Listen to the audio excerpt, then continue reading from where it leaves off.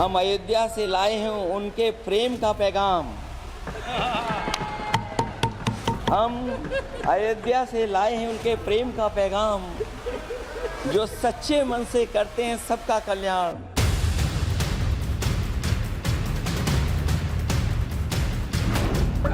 ये अयोध्या के हैं अवधेश जी। लोकतंत्र रक्षक सेनानी, आइए लोकतंत्र रक्षक सेनानी ये खड़े हमारे साथ, अवधेश जी, राजा अयोध्या। पीडीए मॉडल का प्रतीक बनाते बनाते जिस अवधेश प्रसाद को प्रतिष्ठा के प्रत्यय से महानता का पर्याय बना दिया था अखिलेश यादव ने, फैजाबाद में नई सियासी लकीर खींचने वाले जिस सांसद को संसद में आदर की अति पर बिठा दिया गया था समाजवादी पार्टी की चीफ की तरफ से, अखिलेश ने जिसे अयोध्या का राजा तक घोषित कर दिया था, अवधेश प्रसाद के जिस सुपुत्र को राजनीति में वंशवाद के समाजवादी वट वृक्ष तले नई छांव देने की तैयारी में अखिलेश हैं, वो सवालों के चक्रव्यूह में खड़े हैं। अवधेश प्रसाद के पुत्र अजीत प्रसाद पर नए अयोध्या कांड का आरोप लगा है और अखिलेश यादव मौन से हैं। पहले मोहित खान जो कि समाजवादी पार्टी का नेता है, अवधेश प्रसाद का करीबी है, उस पर दुष्कर्म का आरोप लगा।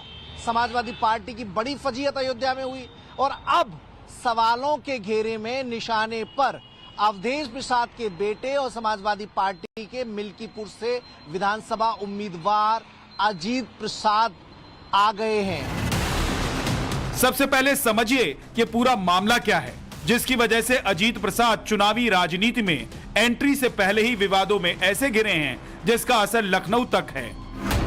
असल में यह पूरा मामला एक जमीन और उसके कमीशन से जुड़ा हुआ है। अजीत पर आरोप लगाने वाला रवि तिवारी प्रॉपर्टी डीलर है। रवि का आरोप है कि उसने एक जमीन की खरीद बिक्री करवाई थी। इसी को लेकर अजीत प्रसाद से उसका विवाद हुआ। रवि तिवारी ने एक जमीन की मध्यस्थता की थी और उस मध्यस्थता में उससे 1 लाख रुपए दिए जाने थे। अजीत प्रसाद ने उसे एक चेक दिया था। चेक जब उसने कैश कराया 1 लाख रुपए ले लिए, लेकिन बाद में अजीत प्रसाद उन 1 लाख रुपए को अपना बताकर उससे लगातार मांग रहे थे। लेकिन चूंकि पैसा रवि तिवारी का था तो ऐसे में उसने कहा कि मैं अपने पैसे क्यों वापस करूं। विवाद लगातार ये बढ़ता गया और नौबत यहां तक आ गई कि 2 दिन पहले अजीत प्रसाद ने सरेआम रवि तिवारी को उठाया, जैसा कि रवि तिवारी का कहना है, और उसे अगवा करने की कोशिश की। रवि तिवारी ने जो थाने में शिकायत दर्ज कराई है, उसके मुताबिक वो 21 सितंबर को स्टेट बैंक सिविल लाइन के पास खड़ा था। इस दौरान दोपहर करीब 2:45 पर कई गाड़ियों के काफिले के साथ अजीत प्रसाद वहां पहुंच गए। लोगों ने जबरदस्ती घसीटकर उसे गाड़ी में बिठा लिया। गाड़ी में बैठने के बाद अजीत ने उसके सिर पर पिस्टल लगा दी। आरोपियों ने इसके बाद 1 लाख रुपए का चेक लौटाने का वीडियो बना लिया। रवि तिवारी का आरोप है कि उसकी पिटाई करते हुए गाड़ी से रिकाबगंज की तरफ ले गए।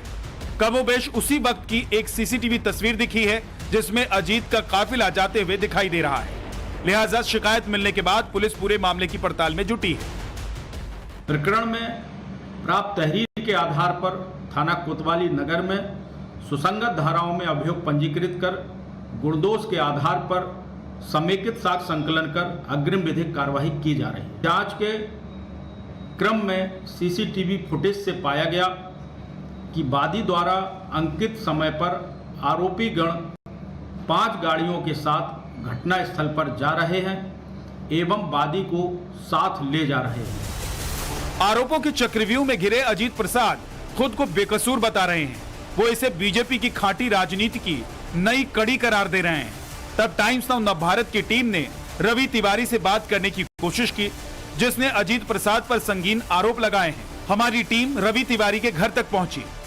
जिस व्यक्ति ने अवधेश के बेटे अजीत प्रसाद पर मुकदमा दर्ज कराया है, उसके परिवार के लोगों के साथ में मौजूद हूं। ये लोग डरे हुए हैं, कोई बात करने को तैयार नहीं है। रवि तिवारी जिन्होंने ये मुकदमा दर्ज कराया है वो भी घर पर मौजूद नहीं है। माता जी, सांसद जी कह रहे हैं कि आपके बेटे ने जो मुकदमा दर्ज कराया है वो गलत है, बीजेपी के लोग फंसा रहे हैं उनके बेटे को। आपको लगता है कि ये फंसाने का हिस्सा है?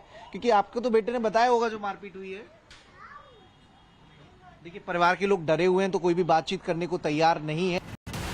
रवि तिवारी का परिवार फिलहाल कुछ नहीं बोल रहा है, लेकिन राजनीति बेहिसाब बोल रही है। जिस अयोध्या और अवधेश प्रसाद के जरिए अखिलेश यादव बीजेपी पर लगातार प्रहार कर रहे थे, वो अब फिर से विवादों के केंद्र में खड़े हैं। तो बीजेपी आक्रामक है।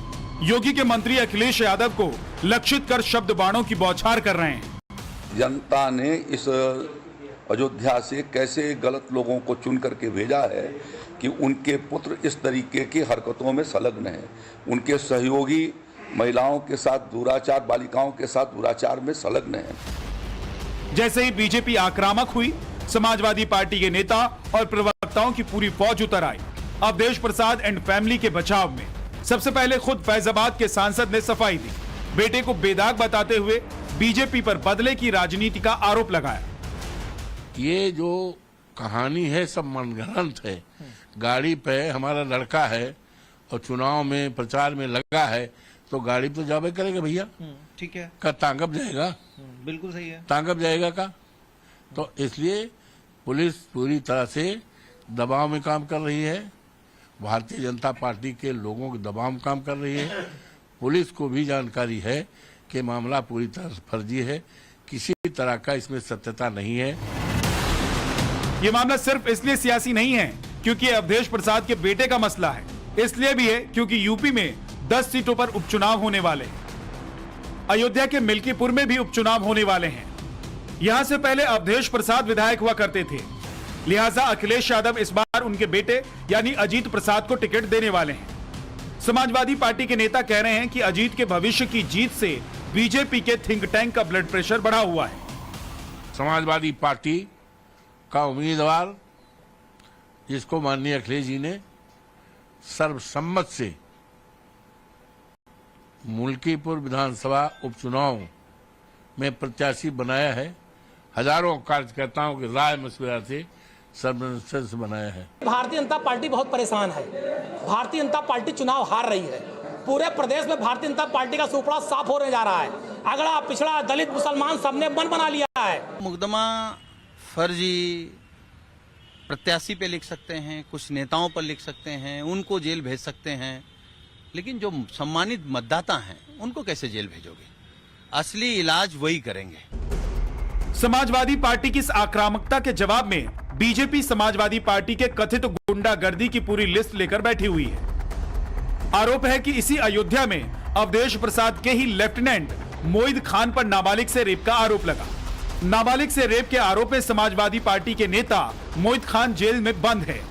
आरोपियों की कॉल डिटेल और सबूतों के आधार पर दोनों आरोपियों के खिलाफ अयोध्या की पॉक्सो कोर्ट में चार्जशीट दाखिल की गई है। मोहिद खान के बचाव को लेकर भी अवधेश प्रसाद या कहिए कि पूरी समाजवादी पार्टी सवालों में रही। इस बीच फैजाबाद से करीब 300 किलोमीटर दूर कन्नौज में एक और शख्स कमोबेश ऐसे ही आरोप में घिरा, जो कभी अखिलेश और डिंपल का करीबी हुआ करता था। नवाब सिंह यादव भी नाबालिग से यौन शोषण के आरोप में जेल में बंद है। पूर्व ब्लॉक प्रमुख नवाब सिंह यादव पर 16 संगीन मुकदमे दर्ज हैं। अब उस पर गैंगस्टर एक्ट लगाने की भी तैयारी है। इन तमाम नेताओं का जिक्र कर योगी आदित्यनाथ अक्सर समाजवादी पार्टी पर चोट करते रहे हैं। अगर समाजवादी पार्टी का सही चेहरा देखना हो तो ये चेहरा इनका वही है जो भदरसा में समाजवादी पार्टी के नेता मोइन खान ने किया है। ये भी समाजवादी पार्टी का नेता है। कन्नौज में इनका एक नवाब सिंह यादव है, उसने भी एक बेटी के साथ इसी प्रकार का व्यवहार किया है। अभी आप देख रहे होंगे भदोई में भी इनका एक विधायक, भदोई का कारनामा भी इनका देखिए। हरदोई में भी एक अधिवक्ता की हत्या समाजवादी पार्टी के ही पूर्व जिलाध्यक्ष के द्वारा की गई। एक बालिका के साथ अलीगढ़ में, मऊ के अंदर भी इनका एक नेता इस प्रकार के दरिंदगी की में शामिल पाया गया। हालांकि अखिलेश यादव या कहिए कि पूरी समाजवादी पार्टी योगी सरकार की निष्ठा पर ही सवाल उठा रही है। जाति देखकर कार्रवाई करने का आरोप लगा रही है। पीडीए को इरादतन फंसाने का आरोप लगा रही है। ऐसे में अब जब अवधेश प्रसाद के पुत्र ही सवालों में हैं, तो बीजेपी कहीं और ज्यादा आक्रामक है। पहले रोनाही थाने के पास भी किसी पासी की जमीन वो कब्जा करने के लिए गए थे, जहां महिलाओं ने उनको वहां से दौड़ाया था। समाजवादी पार्टी के शासनकाल में जमीन के कब्जे का धंधा उन्होंने काफ़ी तेजी से किया था। तो ये संभव है कि इस मामले में जब अभी लोकसभा के चुनाव में अवधेश प्रसाद जीते हैं तो उनका मनोबल काफ़ी इस मामले में बढ़ा है और फिर से वो जो खुराफात करते थे वो खुराफातें कर रहे हैं। जाहिर है कि उपचुनाव से ठीक पहले बीजेपी को नया सियासी हथियार मिल चुका है और इसी के जरिए वो न सिर्फ अजीत प्रसाद और अवधेश प्रसाद बल्कि सीधे अखिलेश यादव को टारगेट कर रही है। बीजेपी उस जड़ पर चोट कर रही है जिसकी वजह से लोकसभा चुनाव में अयोध्या वाला दर्द मिला था। दूसरी ओर सांसद के बेटे और भविष्य के विधायक कैंडिडेट पर संगीन आरोप से समाजवादी पार्टी बुरी तरह घिरी हुई है और इसने अयोध्या या कहिए कि यूपी की राजनीति को और दिलचस्प बना दिया है।